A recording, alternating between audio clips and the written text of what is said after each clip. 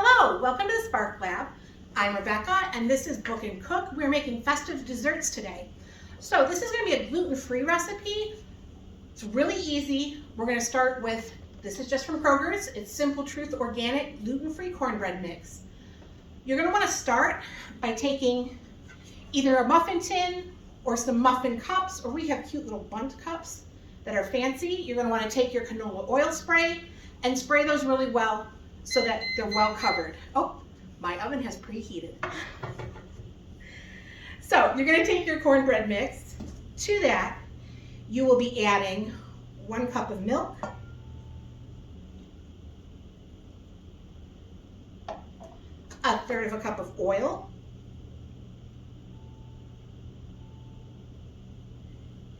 and 1 whole egg.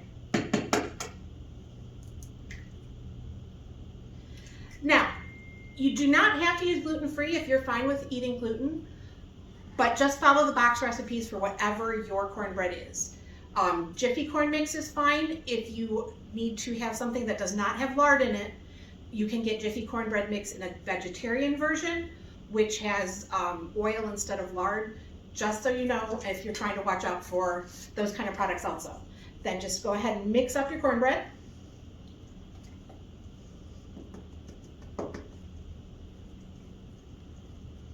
Well mixed. It's going to take a little while. Make sure everything is well combined. Make sure you get into the corners. Those edges in the bottom of the bowl always have a tendency to get stuck and grainy. You don't want a surprise when you're pouring out your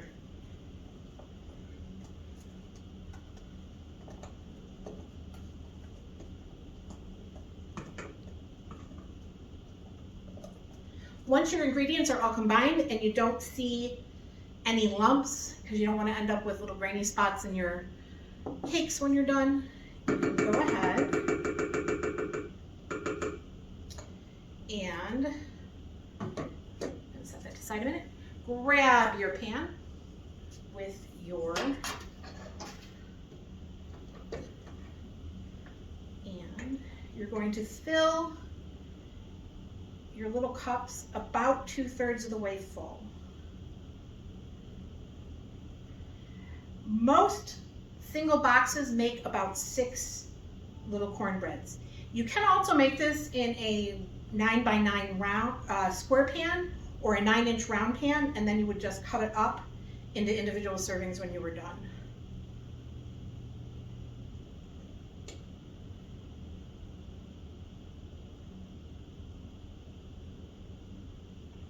Don't worry if you drip.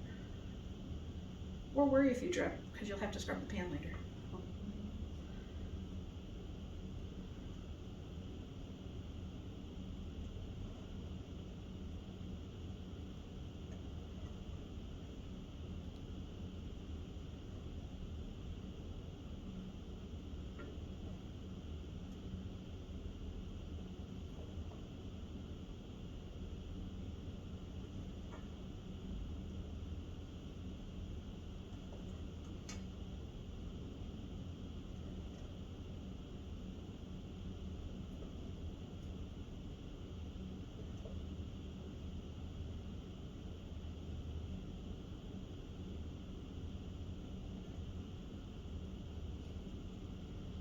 Then just set your bowl to the side. Okay, give your molds just a couple of taps so that all the air bubbles are out. And we are going to put this in the oven for whatever the box says. For this box, it is 400 degrees and it'll be cooking for 22 to 24 minutes.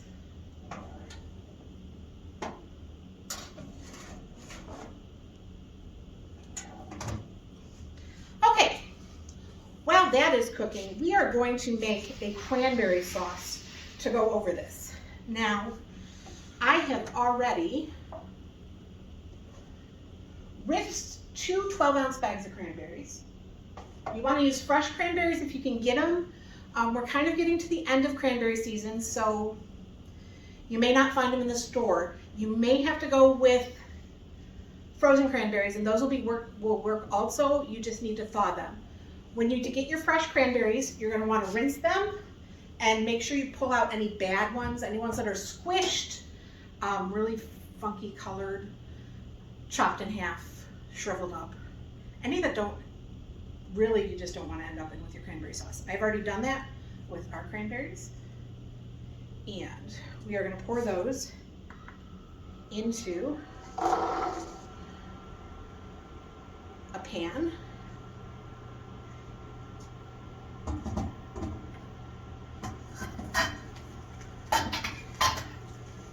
Oh, you can already hear them getting warm. To that pan, we are going to add, here I have 3 lemons, the juice and the zest. We're going to add that in there. I'm going to turn down my temperature just a little so that it stays. Get all that nice zest out.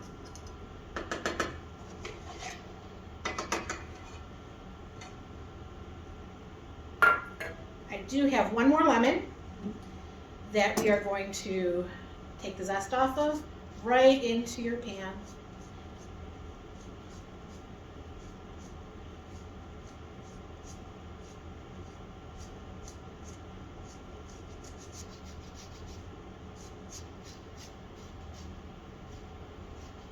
Now you're going to want to make sure you zest your lemons before you squeeze them. It's really hard when they're all mushy to zest them.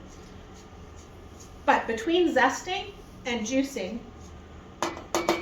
what you are going to want to do is take your lemon and roll it on the counter.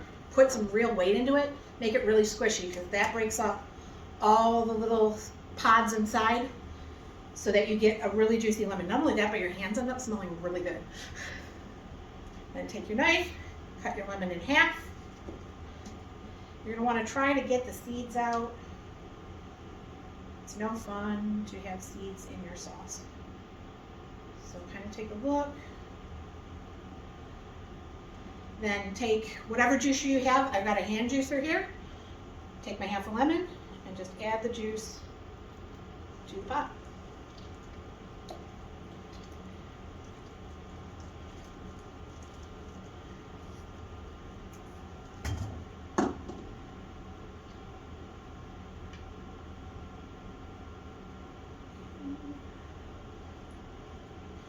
You. Oh, I missed a seed. Sorry about that. We will have to see about fishing that out later. Or that's how you prove to your guests that it's all natural. Okay. And that is all set. Then we are also going to add 2 cups of sugar. There's 1. And there is 2. Now that I'm going, I'm going to turn up my heat again since I'm paying a little more attention. Maybe not that high. Turn my pan around. Now you shouldn't have to add extra water to this. The lemon juice really provides all of the liquid that you need.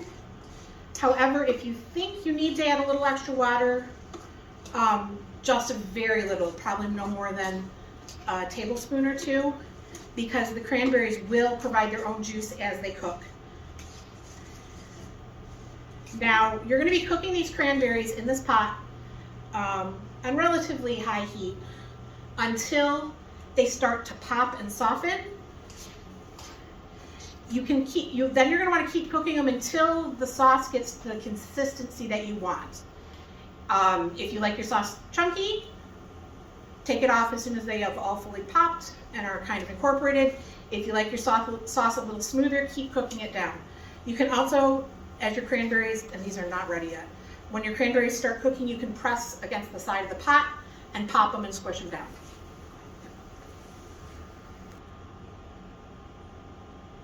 No, I didn't do it right.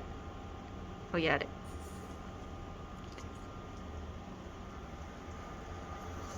So as your cranberries, you can see they're starting to pop and cook down. Makes her very bright. You want it to bubble like that. And like I said, you can squish them right across against the side of the pan. And you do want the foam like that. That's not a big deal. You want them to foam.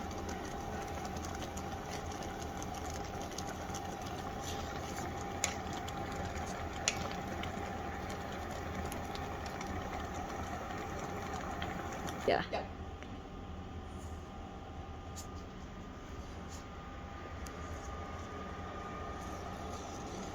So here the berries are pretty much cooked down.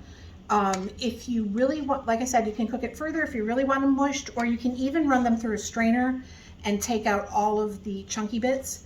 But I like my sauce just a little bit chunky. I did add just a little bit of water to it, less than 1/4 cup. And we're just about ready, and our cornbread is ready also. So we're gonna take the cornbread out of the oven and set it to cool just a bit. We'll let this cool just a bit. It's a little too hot to eat yet. And we'll be back in just a minute to put everything together. Okay, so we've let our cranberry sauce cool a little, and we've let our muffins cool a little. So you want to take your muffin, just flip it right over onto a plate. Look at how beautiful that turned out. Lovely. Then take your cranberry sauce, spoon it right over the top. It'll fill up the middle and cover with all that lovely cranberry goodness. The best part is you're going to have leftover cranberry sauce. So you'll be able to make some more or have some cranberry sauce on your toast. And there it is. There's your festive dessert, easy cornbread and lemon cranberry sauce. Thank you for joining us for Book and Cook. Book and Cook is funded partly by a library's Services and Technology Act grant from the Institute of Museum and Library Services through the Library of Michigan. Thank you for joining us, and hopefully we'll see you next month. Bye.